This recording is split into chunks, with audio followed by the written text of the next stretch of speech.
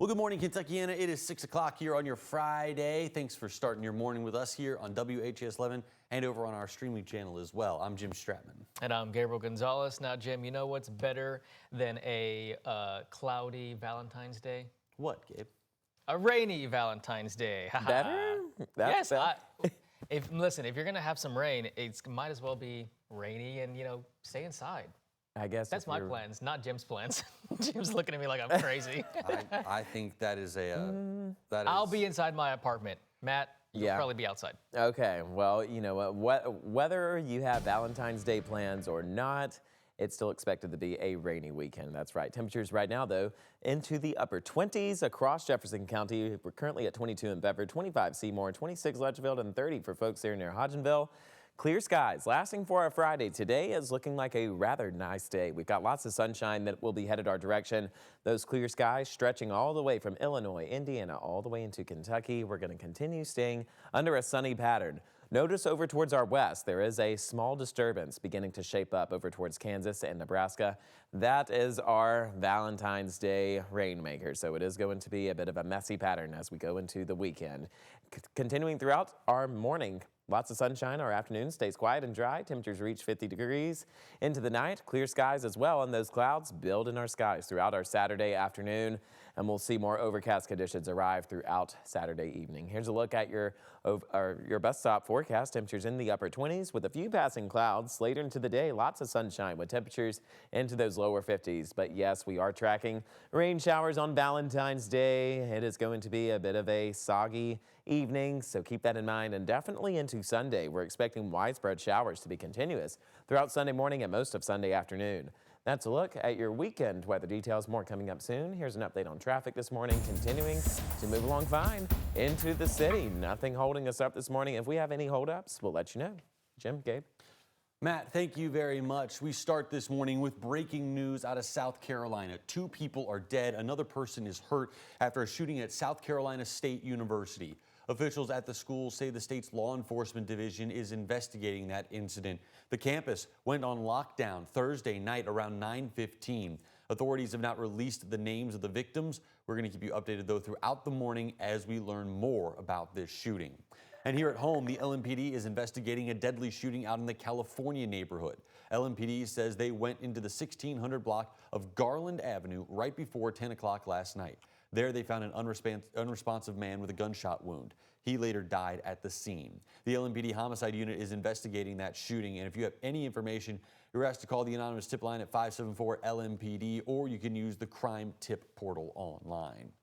And now we turn to the big story we're following this morning. The big plans on the way for Louisville, with new hotels, crime trending down, and bridges literally to the future. Mayor Craig Greenberg outlined all 3 of those in his annual State of the City address on Thursday. Check out these renderings of the vacant Humana building in downtown Louisville, which will be turned into a convention-style hotel with 1,000 rooms. The locally owned Poe Companies is in charge of the project, costing upwards of $700 million. The mayor also talked about public safety. He says violent crime is down by 40% since he took office in 2023. He says there were fewer shootings in 2025 than any year in the last decade. And bridges to the future. This snowy drone video recorded by the mayor's office, which shows a bridge that was never connected to a road on Plantside Drive near South Taylorsville Road. Greenberg announced a $3 million East End investment fund to connect that bridge. Right now, that road is a dead end, while traffic backs up every day all around it.